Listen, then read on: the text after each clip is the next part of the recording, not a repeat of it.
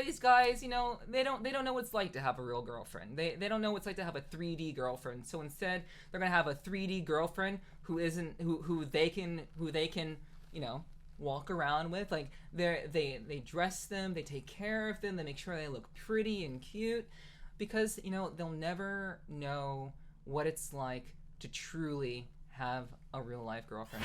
I'd like to think that I'm kind of the Josh Strife, the feminine Josh Strife Hayes, because, you know, I have a very, very chill personality, but I'm also very well spoken and I enunciate pretty well. And I create this video, Beginner Guide to Gamer Girls.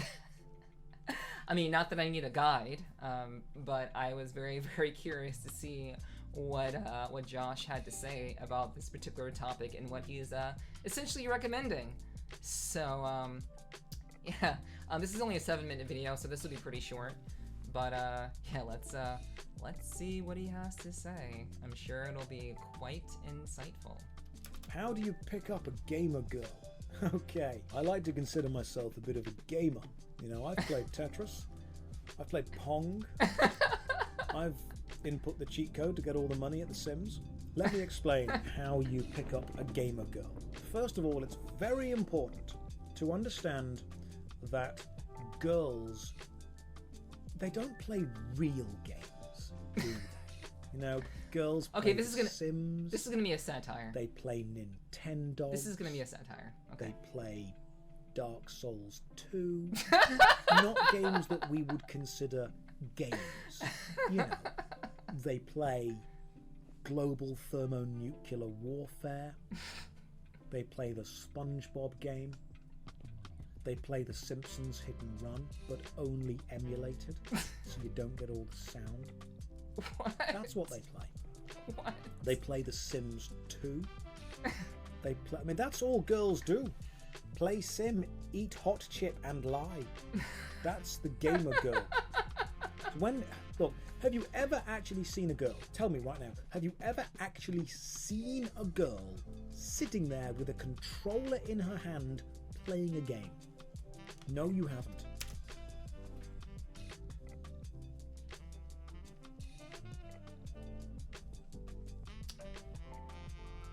Ah, okay.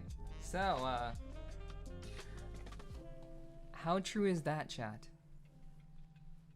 How true is that? I know this is satire. I know this is satire. I know. But, you know, we're gonna have some fun with it. You pick some of the games that you play? Hey. Like, I mean... He's not wrong. Well, I mean, there's some sliver of truth to what he's saying. There is some sliver of truth to it, but like, I met a girl at the anime convention that I went to yesterday. I actually went up to her and talked to her. I didn't know her. I just went up to her and talked to her because I thought she looked cute. And I mean, like, I once I learned more about her, like, she's not really a gamer girl, but she fucking is good at Initial D. She is really fucking good at Initial D.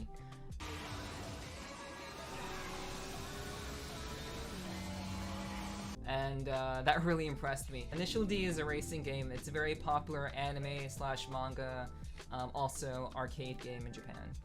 It's probably the best racing game you can ever play. Any other racing game is just shit compared to Initial D.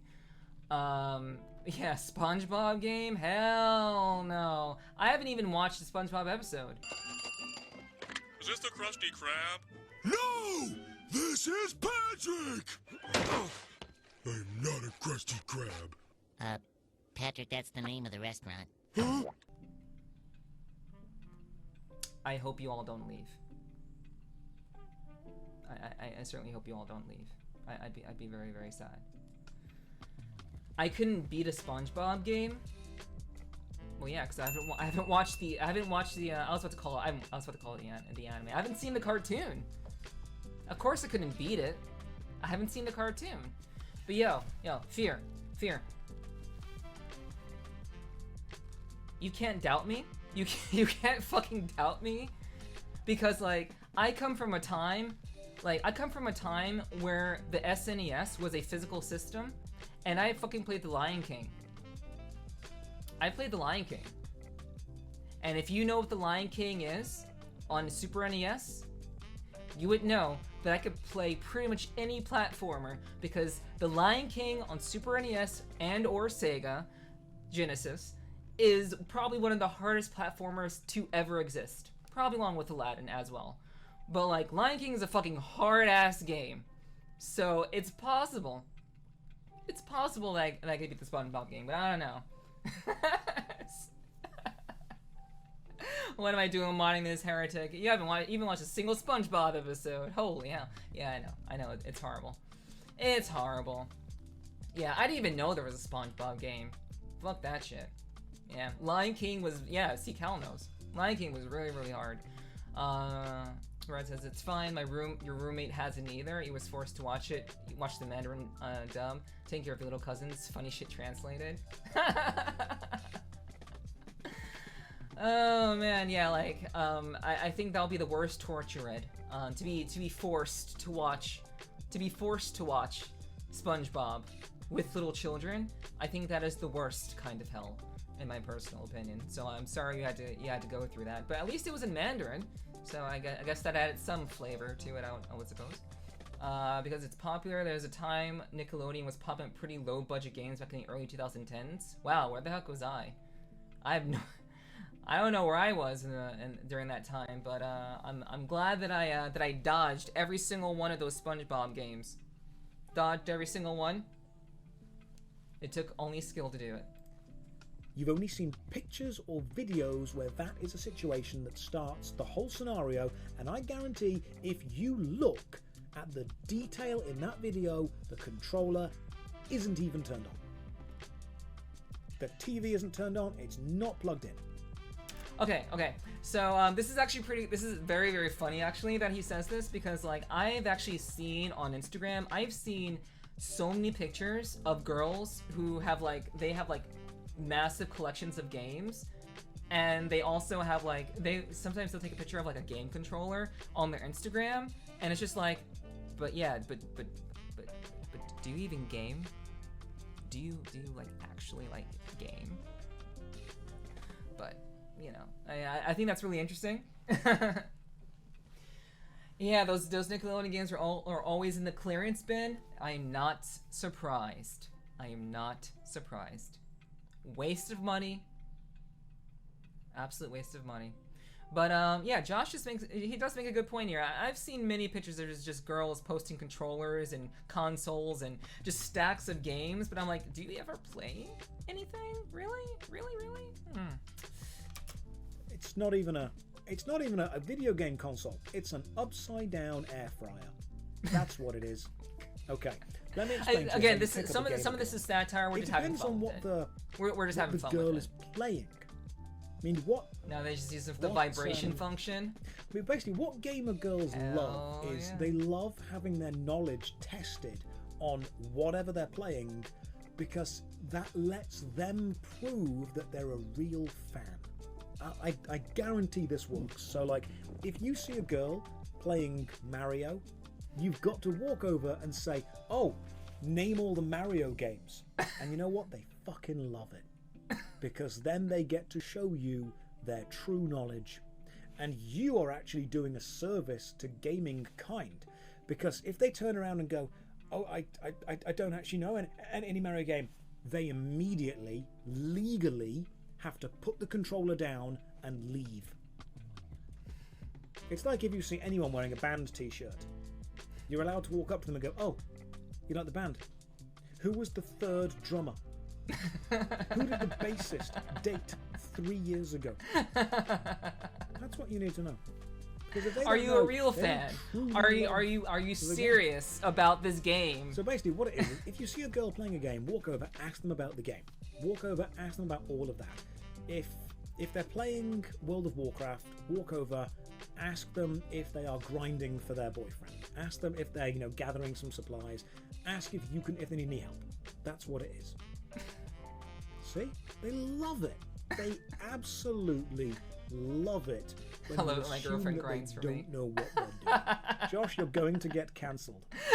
Josh, you're going to get cancelled. I would Gamergate. You know what? That's one of the best ways to pick people up in general. I'm not going to talk about politics because I am not brave enough for politics, but I guarantee the best way to get a gamer girl attracted to you is to ask their opinion about really, really kind of diversive politics, that kind of stuff. Things that would really, divide people.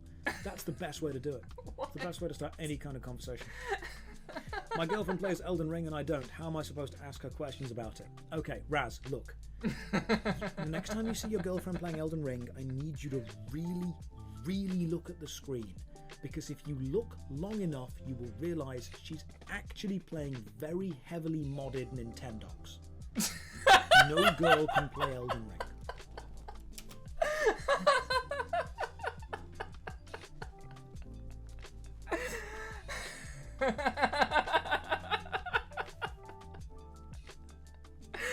Oh my god, that's so funny. All right, maybe I'm not the girl version of Josh Five Hayes, because I'm not half as funny as this guy. I'm not half as funny as him. Holy hell, man. Holy shit. I don't. It is just. I want to see Nintendo's Elden Ring edition. Is Nintendogs even still a thing? Is that even still a thing? I can even say what he's saying with a straight face. Oh yeah.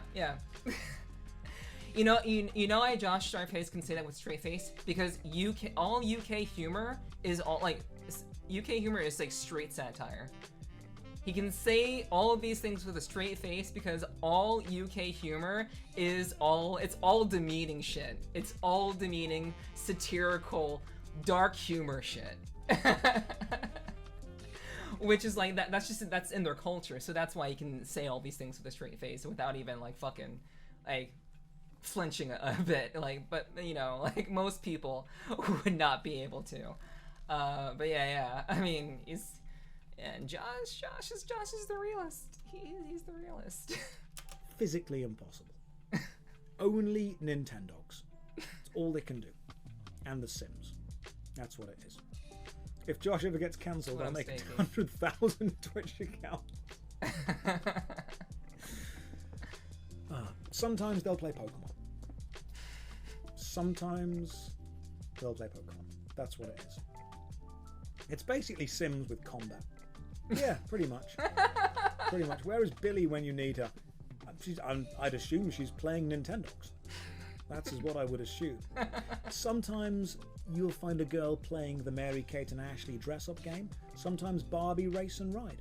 Sometimes Stardew Valley. How do you know all these old games, girls. Josh? How does a gamer? How do you know all these super Maybe old if a guy games? walked over to you and said, like, "Hey, are you looking for a player too?"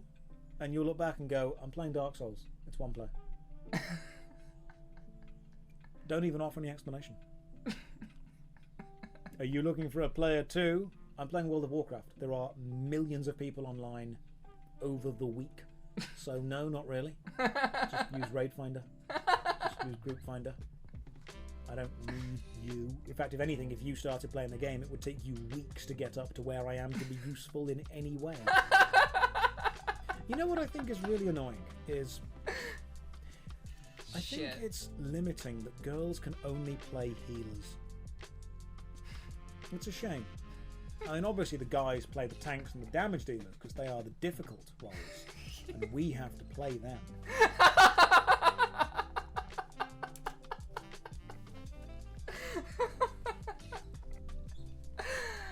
Oh, called out. But like this, it's so funny because like I actually wonder what is the percentage breakdown of well, we'll say girl women players in Final Fantasy XIV who actually tank, and compared to like how many of them actually heal, or like how many of them main heal, or how many of them actually like main tanking. I would be curious to find out what that percentage breakdown is for Final Fantasy XIV or any MMO for that matter. Just out of curiosity, I think it'd be really fun to find out. Obviously, there's really no way, at least as far as I know, to really look into that. But I wonder, is it, I know a very lovely woman who does main healer, and obviously, that is what she loves. It's not because she is a woman, but it's because that's what she loves. But I'd be very, very curious to see like how many guys are healers. Like conversely, like how many guys are healers? How many guys are healers, and how many compared to how many are actually like tanking? I'd be very interested. That seems very interesting to me. But interesting. But in a way, it's nice. There's an official Final Fantasy give XIV girls a census, thing to really. do. They put their healers in there. Can you imagine if someone joins the chat right now? And do you have that? Like, is there a census? Can you link me? Can you link me over Discord to that census that may have it? You play solely DPS, so Fear, you're in between. You are in between because you don't tank and you don't heal, but you're somewhere in between where you have literally no responsibility other than to do damage. So you prefer to not have any responsibility. The people who main DPS, they just want to hit buttons all day. They don't want to think. They just want to hit buttons all day. Didn't know that I'm just being incredibly facetious. Just joking about the whole thing about this. It's all satire. It's just baiting those comments. Obviously, it's satire. We knew this from you? the beginning. Obviously. I mean, you can't fight on The Sims. If we did, Nisa, are you a gamer girl that's annoyed at me? Because I've played The Sims. If you're annoyed at me, we can just high five until you forgive me. That's a mechanic. That's how it works. If you want, we can fight on like Dead or Alive or Tekken. I would suggest Tekken because it's a really good fighting game, but we can do the Dead or Alive beach volleyball if that's something that you prefer to do. We all know Josh wouldn't mind some Dead or Alive volleyball. I actually know most people wouldn't mind Dead or Alive volleyball. Am I right? Or am I right? The easier one. Unless you're playing Final Fantasy XIV, I guess. Oh, all the Catgirls. Look, MMORPG. Here we go. Here we go. That's how it works. Wait. Hold on. What do you say? What do you say? Many men online role-playing girls. He knows the truth. He knows the fucking truth. Josh knows. He knows what I know. That the majority of Catgirls, 75%, maybe even 80% of the Catgirls on Final Fantasy XIV are all dudes.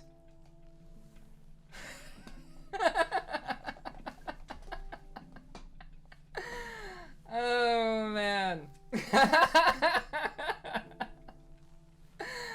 Oh, that makes me so sad. But at least I'm bisexual, so I guess, it doesn't really matter. Pretty sure it's 95%. Oh, man, true. Yeah, you are a Catgirl, David. 100% you are a Catgirl. Yeah, that's how I met you. That's how I met you. What's wrong with Catgirls? There's nothing wrong with Catgirls. There's nothing wrong with them. It's just a known fact that, like, for some reason, there are a huge swath of guys who find it aesthetically pleasing to be a Catgirl for whatever the fuck reason. It's probably because they just want to look at something sexy. They want to dress their would-be girlfriend up properly. That's all it is. A lot of these guys, they don't know what it's like to have a real girlfriend. They don't know what it's like to have a 3D girlfriend. So instead, they're gonna have a 3D girlfriend who they can walk around with. Like they dress them, they take care of them, they make sure they look pretty and cute, because they'll never know what it's like to truly have a real life girlfriend. Obviously, it doesn't apply to all the guys. Let's just say that there are some guys who enjoy Catgirls. There are some guys who enjoy Catgirls who do have real life girlfriends. But I would venture to say that maybe even the majority of guys who have chosen Catgirls as their particular brand of character is because they just want something fluffy and cute to look at all the time. I mean, that's all they want. That's all they want. They want their personal waifu. They'll never have one in real life, but they just want, they not only want to have like a pet, they not only want to have a pet, but they want to have something cute and fluffy to dress up, to make look cute, and to, you know, be happy with all the time, because they will never break up with them. It's all on their terms. It's all on their terms, you know. They get to have their cute cat girl, and, you know, if they don't want to hang out with the cat girl, they won't play Final Fantasy XIV. If they do want to hang out with her, they'll just play 14.